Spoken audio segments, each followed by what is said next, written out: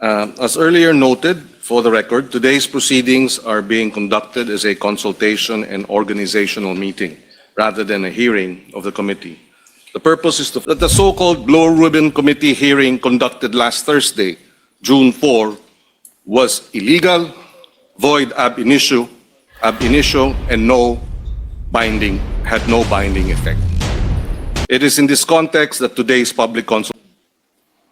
Today, we gather for a consultative meeting and an organizational briefing to organize the Blue Ribbon Committee under the present majority bloc headed by Senate Pro Tempore and Acting Senate President Sherwin Gatchalian. To be clear, we will be asking for updates from the executive agencies. As we proceed, this committee must likewise address the circumstances surrounding the June 4 press conference held in the session hall. That press conference was presented to the public as a Blue Ribbon Committee proceeding despite having no authorization from the duly recognized chairman of the committee or from the office of the acting Senate President. It was conducted outside established Senate rules and institutional processes. Simply put, it was not a legitimate Blue Ribbon committee hearing. It was irregular, a house show, as you may want to call it, a make-believe investigation masquerading as an official Senate proceeding. Sa isinagawang ilihitimong pagdinig, muling naungkat ang mga testimonya ng 18 Maleta Boys.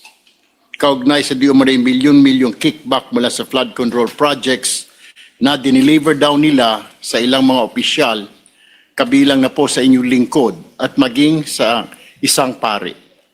Ito po ay walang basihan, walang katotohanan, ni walang naipresentan dokumento, resibo, o anumang konkretong patunay, kundi puro salita lamang. Madali pong magturo, madaling gumawa ng kwento at napakadaling manira na reputasyon.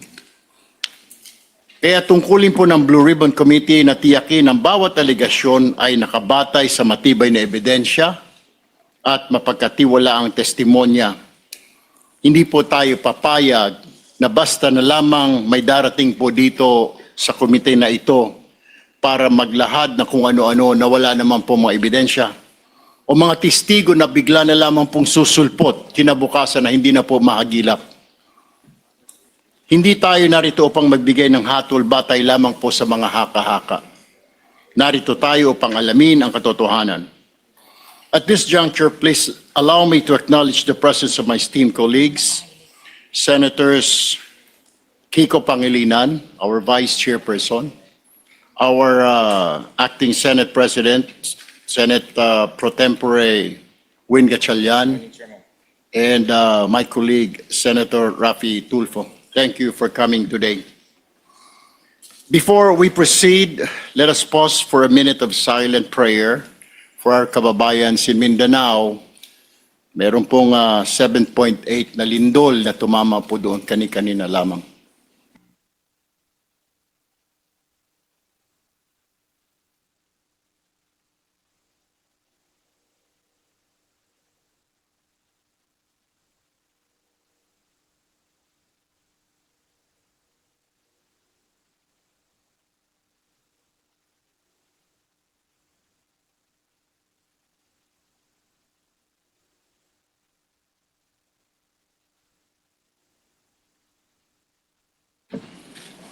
Nais ko rin pong gamitin po ang pagkakataon na ito pang batiin po ang isa nating kababayan, si Alex Ayala, for winning the Birmingham Tennis Championship sa United Kingdom. Congratulations po.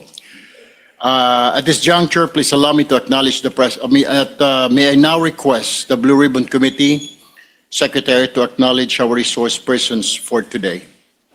Committee Secretary. The following resource persons are present from the Department of Public Works and Highways, Undersecretary Ricardo Bernabe III, Undersecretary Arthur Bisnar. From the Department of Justice, Prosecutor General Richard Anthony Fadulion, Undersecretary Nicholas T., Assistant Secretary Joey Bernardes. From the Department of Budget and Management, Assistant Secretary Andrea Celine Magtalas. From the Office of the Ombudsman, Attorney Karen Batu, Attorney Jeffrey Ravello. From the National Bureau of Investigation, Director Melvin Matibag. That's all, Your Honor. Comsec, may we know who, did we invite other guests? Can you mention those who did not show up today? Despite the fact that we sent notices to them last Wednesday afternoon. We invited Representative Ferdinand Martin Romualdez, Representative Sia Alonto Adyong, Representative Jose Alvarez, Representative Julian Jam Baronda, Representative Laila de Lima, through Speaker D. The reason for their absence,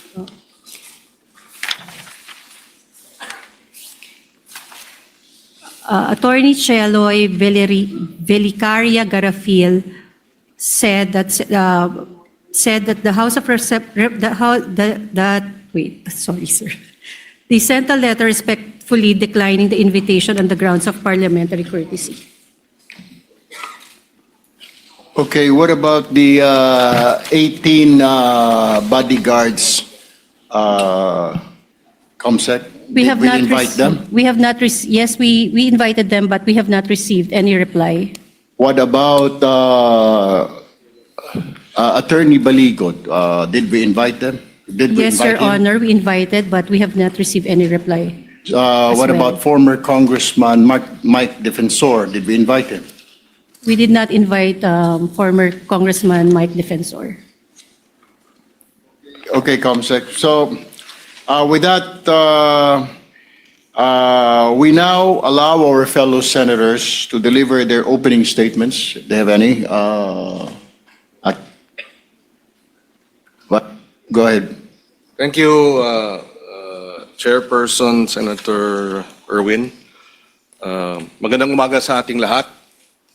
As earlier noted, for the record, today's proceedings are being conducted as a consultation and organizational meeting rather than a hearing of the committee.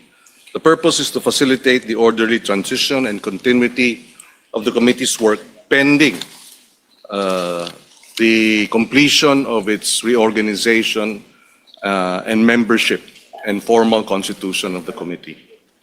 As we proceed with the formal and official public consultation meeting of this committee, allow us to place on record the following and reiterate the following.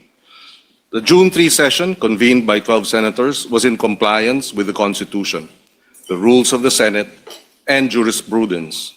And 12 being a quorum, all acts pertaining to the official business of the Senate in plenary on June 3 are deemed lawful, consistent with the Constitution, including the motion to declare all elected positions vacant, which includes the position of Senate President, number one. Number two, the election of Senator Win Gatchalian as Senate President pro temp to address the vacancy in the position of Senate President is also lawful and consistent with the Constitution.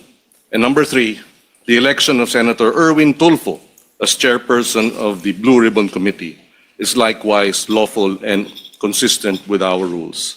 In addition, the official acts of the Senate in plenary last June 3 has been recognized as lawful and consistent with the Constitution by the Office of the President, the House of Representatives, several retired Supreme Court justices, deans, and eminent professors of law of various law schools nationwide, 5 former Senate presidents, and no less than the Integrated Bar of the Philippines, the largest organization of lawyers in the country. As such, we reiterate, therefore, that the so-called Blue Ribbon Committee hearing conducted last Thursday, June 4, was illegal, void ab initio, and had no binding effect. It is in this context that today's public consultation and organizational meeting of the Blue Ribbon Committee is being called to order. And we hope that with this proceedings, we will be able to get to the bottom of the truth behind the allegations earlier presented. Thank you, Mr. Chairman, and I yield the floor. Thank you, Senator Pangilinan. We now go to our acting Senate President, Senate Pro Tempore, Win Gatchalian. Maraming salamat, Chairman, and let me acknowledge and thank our Chairman, Chairman Erwin Tulfo, for calling this hearing/consultative meeting. Let me also thank our Vice Chairman, Vice Chairman Kiko Pangilinan, and of course, all the members of this esteemed committee. Unang-una sa lahat po, nakakadismaya na hindi po umattend yung 18 bodyguards, yung kanilang abogado na si Attorney Baligod at si Ginoong Mike Defensor dito sa ating patawag. Ito po ay opisyal na patawag. Nag-release po ang Blue Ribbon Secretariat ng official na invitation. Ipinost to sa website. Itong ating consultative meeting today ay ini-stream rin po sa website. At makikita ho natin na full complement po ang nandito po sa consultative meeting. At nakakadismaya po dahil kung alam ng mga invited guests, particularly po yung 18 bodyguards, na sa loob ng kanilang puso ay alam nila ang katotohanan, dapat pumunta ho sila dito para ipamahagi at i-share sa ating lahat ang katotohanan. Hindi ho pwedeng pumili kung saan sila pupunta at magsalita. Hindi ho pwedeng pumili kung sino ang kakausapin ho nila, kung kakampi man o hindi. Dahil kung alam mo na sa puso mo ang katotohanan, kahit saan kang pupunta, kahit saan ka pumunta, katotohanan ang dapat mong sabihin. Marami ho kaming, ako personally, marami po akong inihandang mga katanungan. Nakita ko po yung kanilang mga sinumpaang salaysay. Marami po akong gustong itanong dahil marami po akong nakikitang inconsistency, gaps, at gusto kong malinawan itong mga inconsistencies at gaps. Nagprepara ho tayo para makausap po sila at para po maging patas ang pagdinig ho natin ngayong umagang ito. Pero sa ganitong sitwasyon, ako po personal na nadidismaya dahil hindi ho tayo nagkaroon ngayon ng pagkakataon para matanong sila at lalong klaruhin yung mga kanilang isinasabi itong mga nakaraang mga panahon. Sa alam ko, marami ho silang inikutan na iba't ibang venue para magsalita. Pero ito po yung pinakamahalagang venue para po ilahad ang katotohanan. So, sa ganitong punto, ako po yung nagpapasalamat po sa ating chairman sa kanyang paghahanda dito sa ating aktibidad ngayong araw na ito. At nagpapasalamat po ako sa lahat ng ating mga kasamahan dahil nagbigay ho sila ng oras at naghanda sila, no, para harapin po itong mga 18 bodyguards na marami pong sinasabi tungkol po sa iba't iba pong mga personalidad. Maraming salamat po. Maraming salamat po, Senator Pro Tempore, Acting Senate President Win Gatchalian. We'd also like to acknowledge the presence of our colleague, Senator JV Ejercito, Senator Bam Aquino, Senator Tito Soto, and Senator Risa Ontiveros. Salamat, Chair. We now, I believe Senator Rafi has a statement. Thank you, Mr. Chair. Mr. Chair, it took all my energy to not to gate crush the live selling that happened here last June 4. The way it happened, the way it was handled, the statements being made. Gusto ko lang talagang pumunta dito, hindi man po ako invited doon sa conference nila na yon. I waited for today's hearing to confront the resourceful persons they presented. Let me call on them 18 kargador. Kasi nga po, nagkakarga sila ng mga mali-maletang pera, sabi nga nila. Yun po talagang trabaho nila, taga-bitbit, taga-karga ng maleta. Una, sino ba itong 18 kargador ng mga maleta? Saan ba sila galing? We cannot simply bring in people sa Blue Ribbon Committee na nag-aakusa na mabibigat na paratang nang hindi man lang nalalaman kung karapat-dapat ba sila paniwalaan. Kasi Simula pa lamang po na tinawag silang 18 Marines, may paglilinlang na agad. Yung bansag na 18 Marines sa isang paraan upang pabanguhin sila sa publiko. Matik po kasi yan. Pag sinabing Marines, iba po ang respeto ng mga tao. Pero hindi naman po silang lahat ay dating Marines. At mahigit kalahati sa kanila ay discharged without honors or dishonorably discharged from service for various offenses. Ibig sabihin, palpak sila.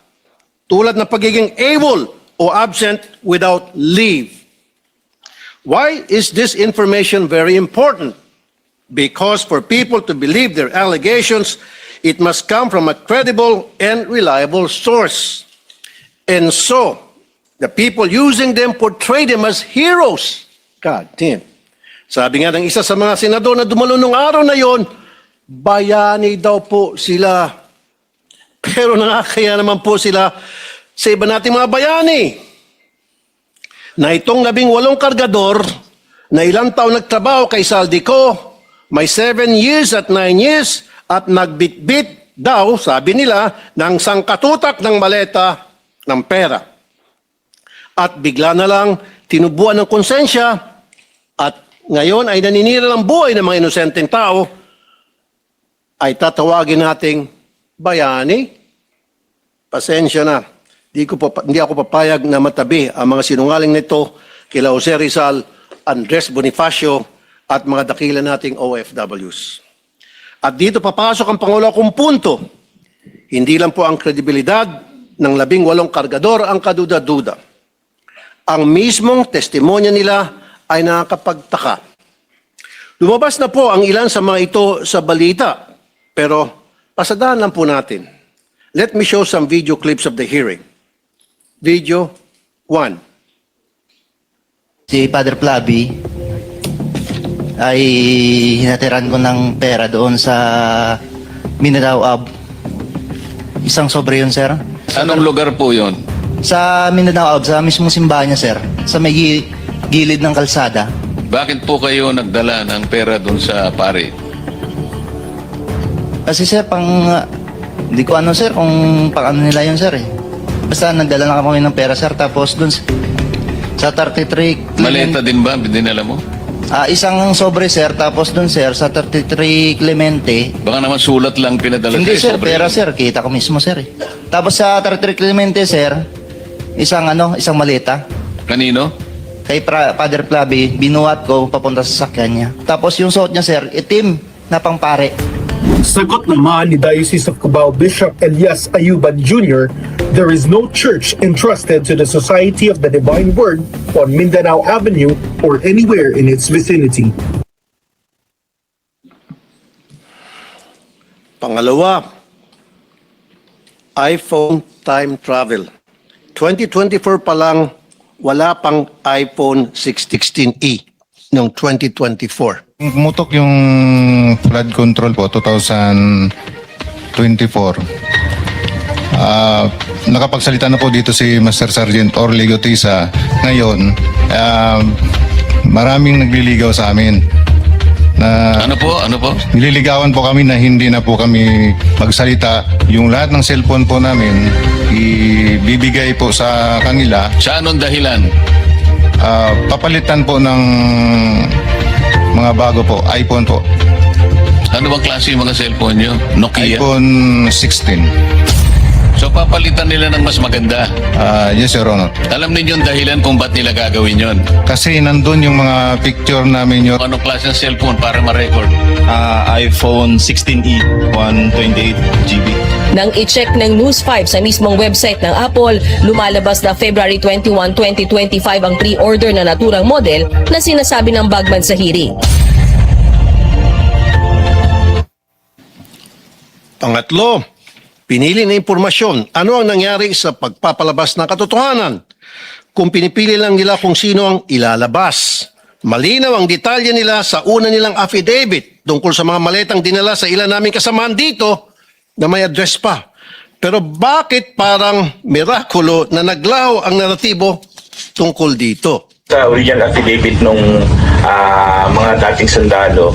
Nandun din si Senator Loren daw at saka yung magkapatid na Villars. Ngayon ko lang nakita yung affidavit. I have not read, etc.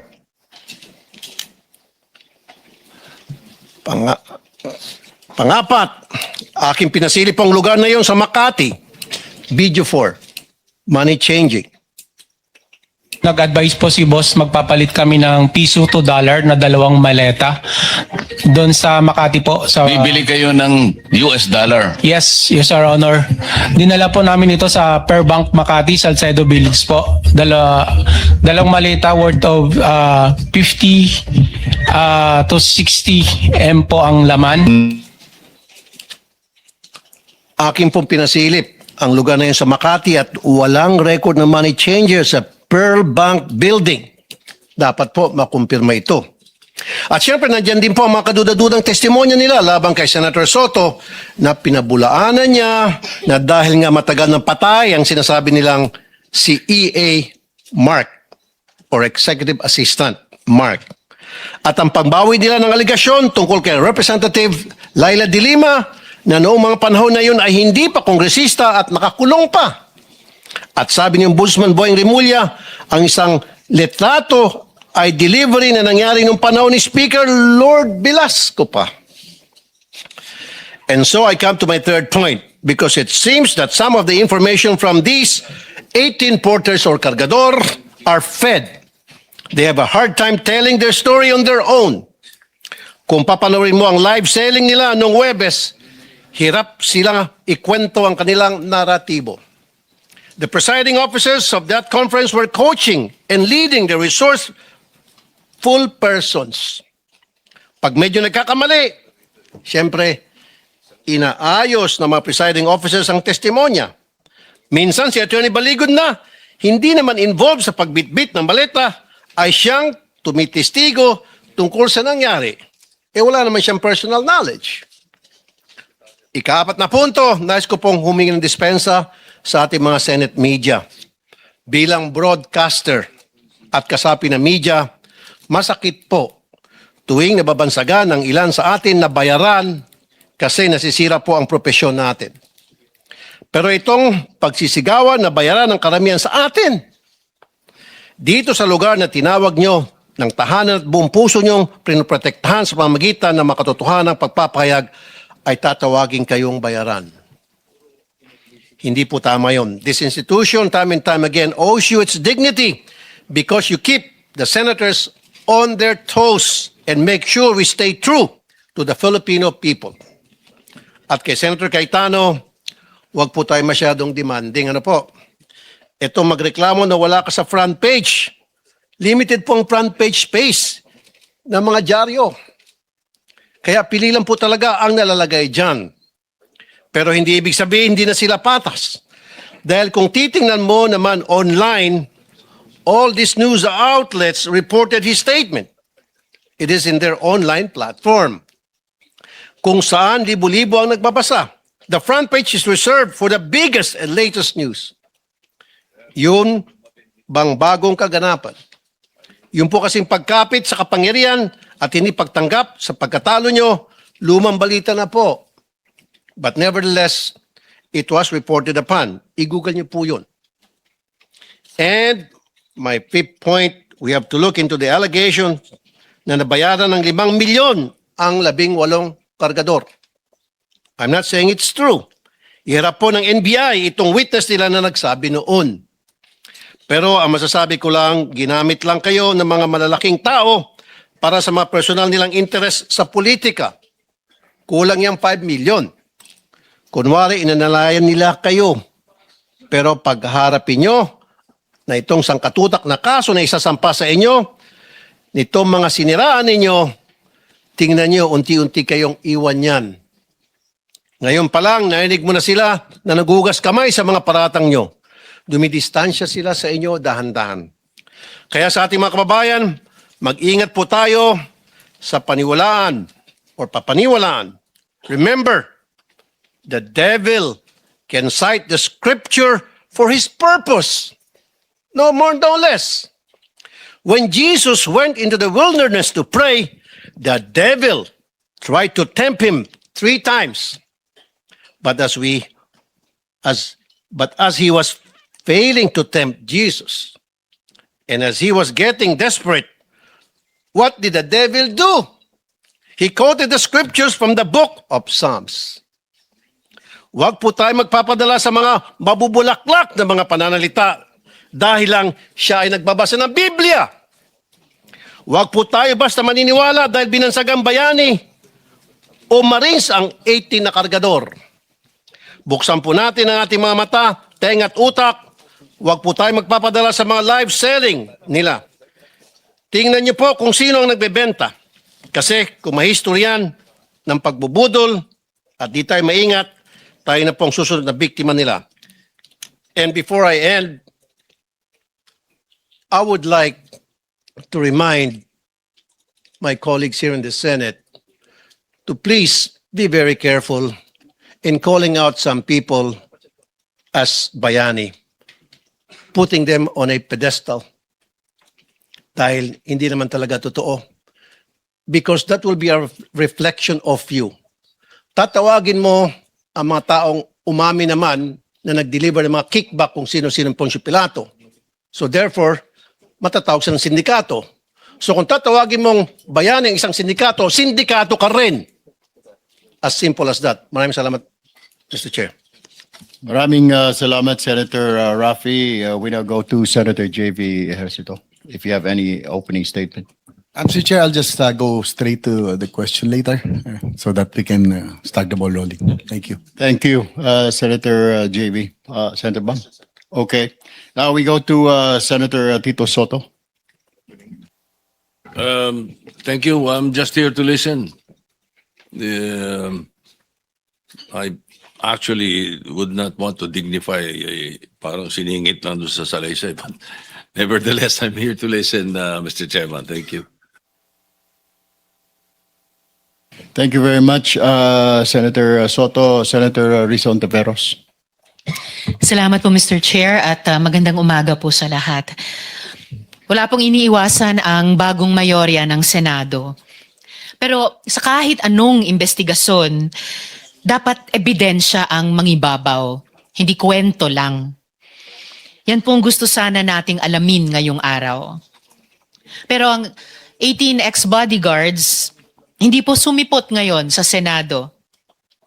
Oportunidad po sana ito para malaman kung ano ba talaga ang totoo. Pero ang resource persons ay wala dito para patotohanan ng kwento nila. Sayang po.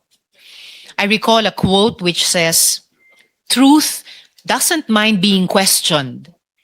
A lie does not like being challenged." Salamat po, Mr. Chair. Maraming salamat po, Senadora Risa Ontiveros. Thank you po. Before we go to the questioning in the matter of the order of arrival of our colleagues, unahin po natin mamaya si Senate Pro Tempore Win Gatchalian, followed by Senator Rafi Tulfo, Senator JV, Senator Bam, Senator Soto, and Senator Rizon Taveros. Of course, after the chairman, it will be the vice chairman, and then the Senate Pro Tempore.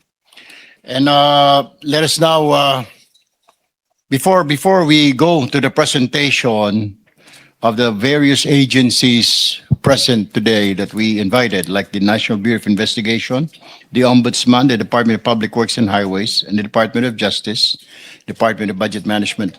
I would just like to quickly mention po, kasi sinasabi po basing doon sa accusations na the Blue Ribbon of the 20th Congress headed by Senator Ping Lacson, wala pong nagawa. Actually, there were bills filed because of the investigation. Isa po dyan ang Senate Bill number 1453, License Integrity Act.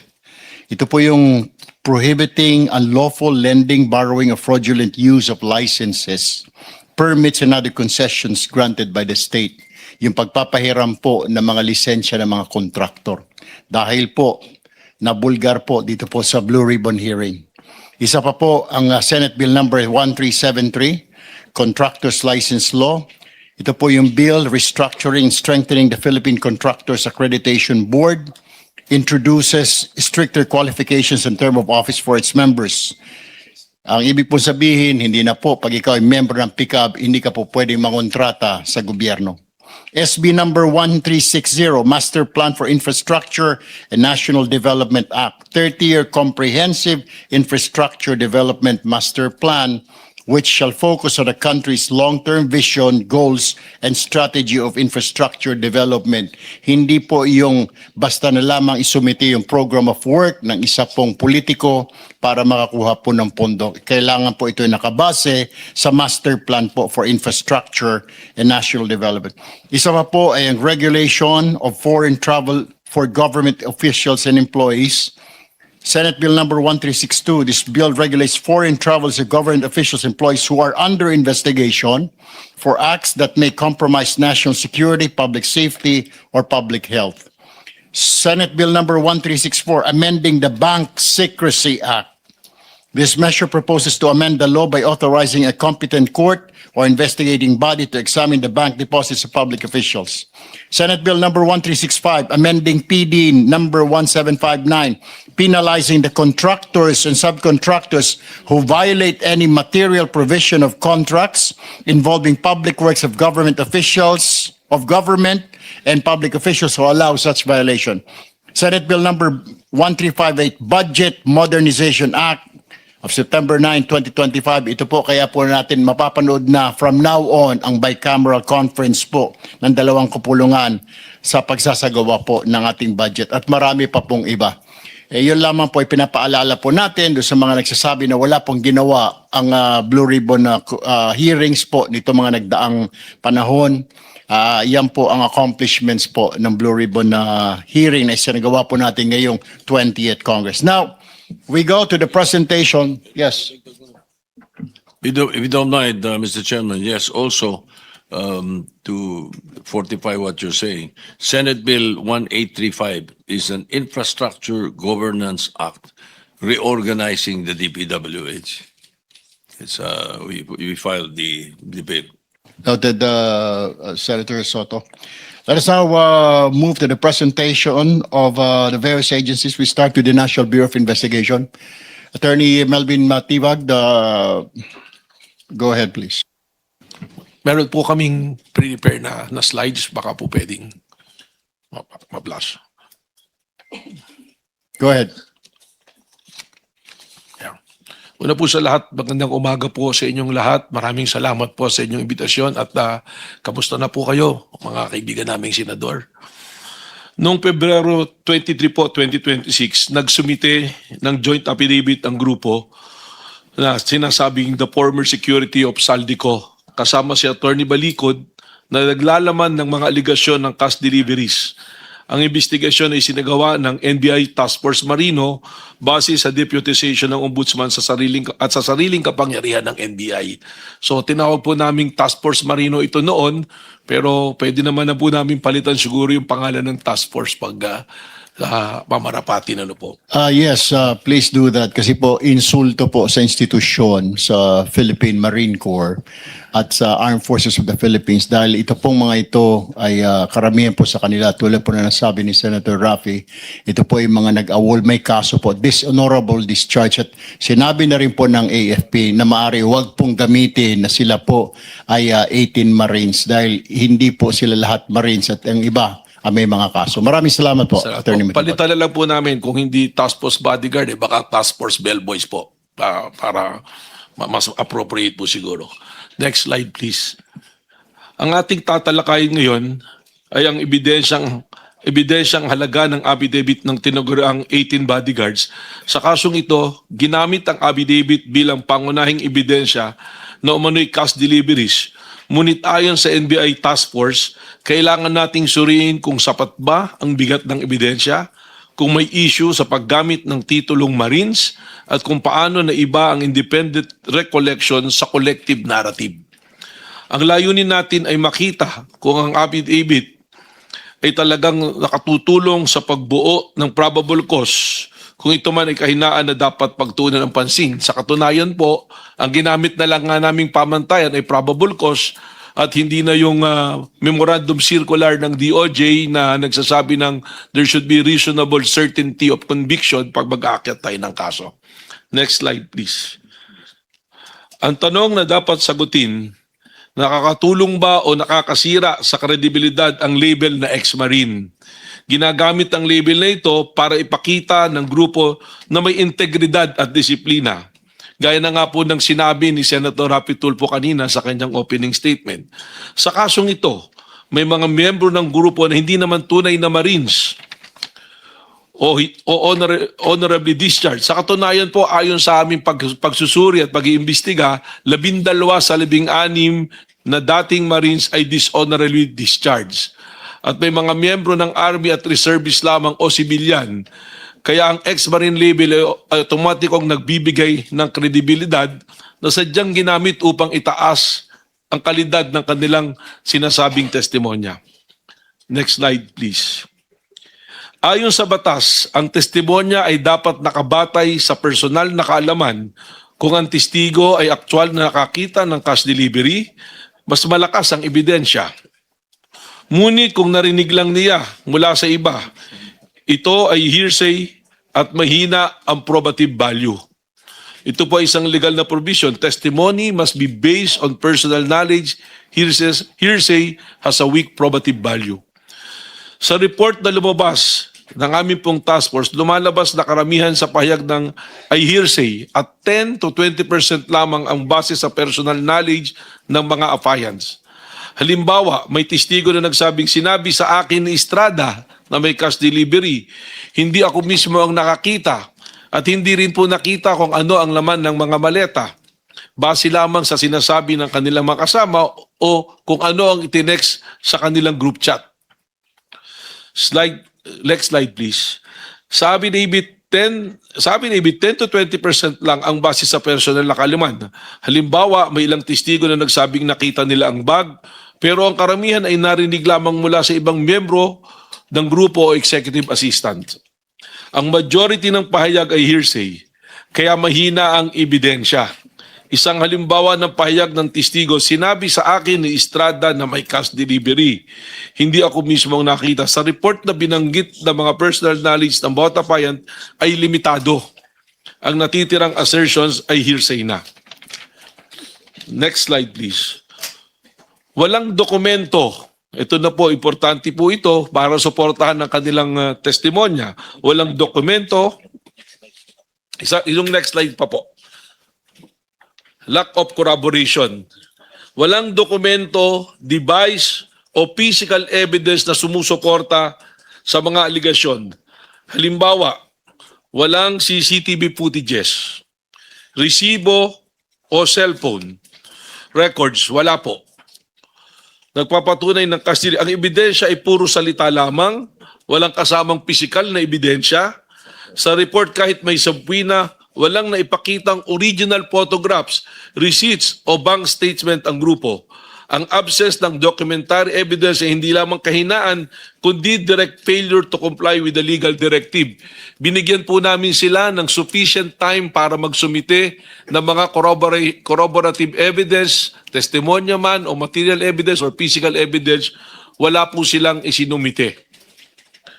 Next slide please. Ang laman ng bag ay kadalasang hinuhulaan lang, hindi aktual na nakita. Halimbawa, sinabi ng testigo na mabigat ang bag, kaya pinaniniwalaan nilang pera ang laman, pero walang aktual na pagtingin o pagbubukas ng bag. Sa report ng 12 sa 18 appliance, hindi nakita ang laman ng maleta at umaasa lamang sa bigat, code word na basura o sinabing executive assistant, ang corpus, ang elemento o ang cash mismo ay hindi napatunayan na independent evidence. Kung maalala nyo po, may mga lumabas noon na affidavit na naunang inilabas sa media na sinasabi nila kaya na lamang pera, merong mga nasa active duty pa na PNP na binuksan at kumuha ng pera. Pero nung isinumiti na po sa ombudsman yung affidavit, wala na po yun. Hindi na po binanggit yun doon sa kanilang affidavit na isinumiti sa ombudsman. Ang mangyari po rito, parang nagpapalit-palit palagi ang sinasabi doon sa affidavit hanggang po nung huling nagkaroon ng pagdinig po dito. Next slide, please. Ang affidavit ay hindi dumadaan sa cross-examination. Kaya mas mababa ang bigat nito kumpara sa testimonya sa korte. Halimbawa sa affidavit, hindi natatanong ang testigo ng kabilang panig. Sana po ito nga yung pagkakataon na magkaroon ng paghaharapan. Kaya hindi masusuri ang katotohanan ng pahayag. Kung may maling impormasyon, hindi ito agad mahihiwatigan. Sa report, binanggit na ang affidavit ay ex parte coordinated at hindi subject sa cross-examination. Ang Supreme Court na po mismo ang nagsabing ang coordinated testimony ay may diminished weight. Next slide, please. May mga impormasyon na dumaan pa sa dalawa o higit pang tao bago makarating sa affidavit. Halimbawa, ang isang miyembro ay narinig lang mula sa ibang miyembro na may cash delivery, tapos isasama sa affidavit, lalong humihina ang kredibilidad ng ganitong payag dahil hindi ito direktang karanasan. Sa report, maraming assertion ang galing sa group, Viber chats, o sa executive assistant, hindi sa sariling karanasan ng applicant. Ang hearsay ay inadmissible at walang independent probative weight. Double hearsay pa nga po. Narinig sa ganito, pinasa sa kanila. At yung grupo po, doon sa Viber chats nila, hindi na alam kung sino ang nagpadala. At nung hinahanap po namin yung mga Viber chat na ito, ang sinasabi, wala na yung telepono. Kaya maaaring yung binabanggit po noon na sinabing papalitan yung telepono, kasama na sa naratibong kanilang binubuo.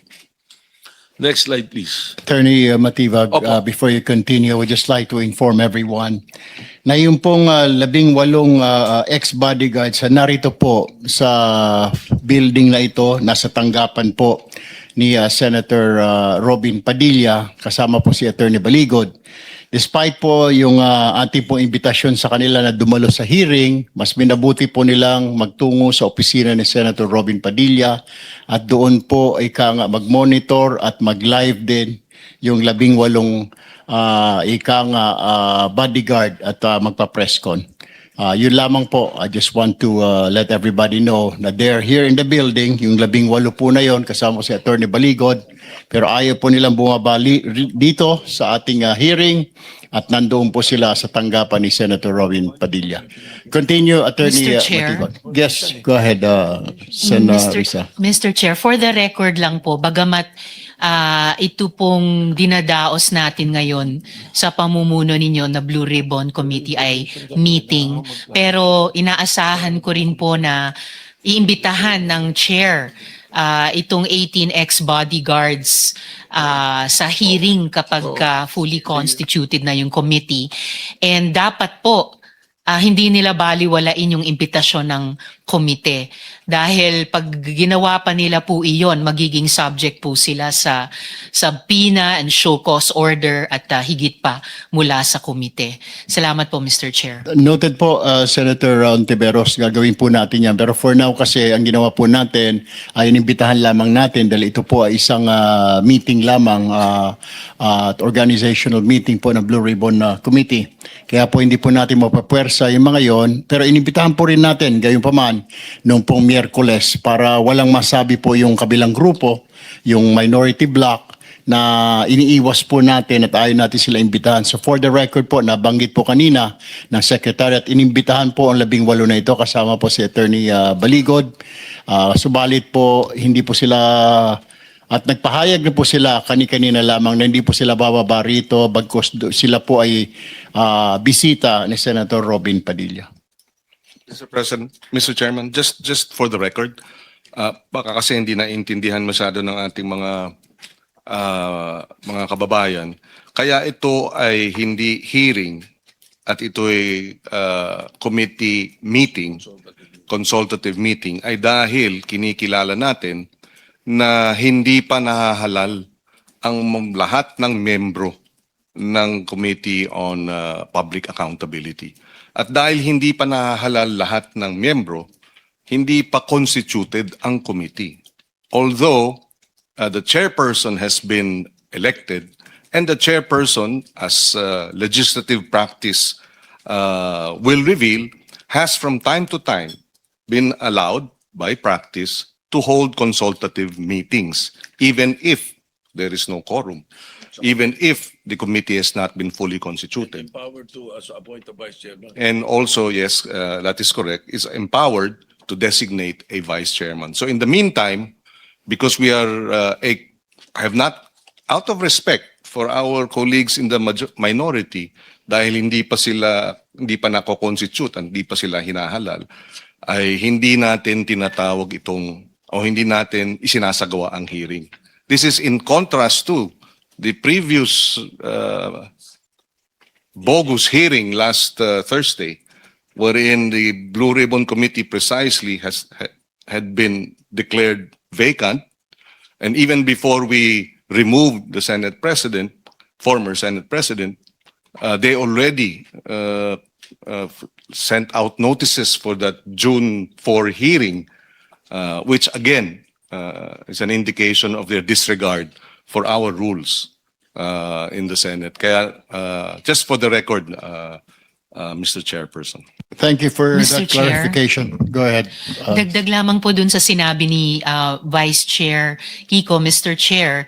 In fact, dun sa bogus hearing, nagpakita at nagsalita yung 18 ex-bodyguards at saka si Attorney Baligod. So, although of course I submit to what the Chair has said na hindi naman sila mapipilitang dumalo dito sa ating meeting bilang mga guests, I think loss po sa kanila na hindi sila humarap sa committee hearing na ito para matanong din natin na ibang mga senador and yung mga miyembro, magiging miyembro ng committee once constituted dahil naghanda rin po tayo ng mga tanong sa kanila.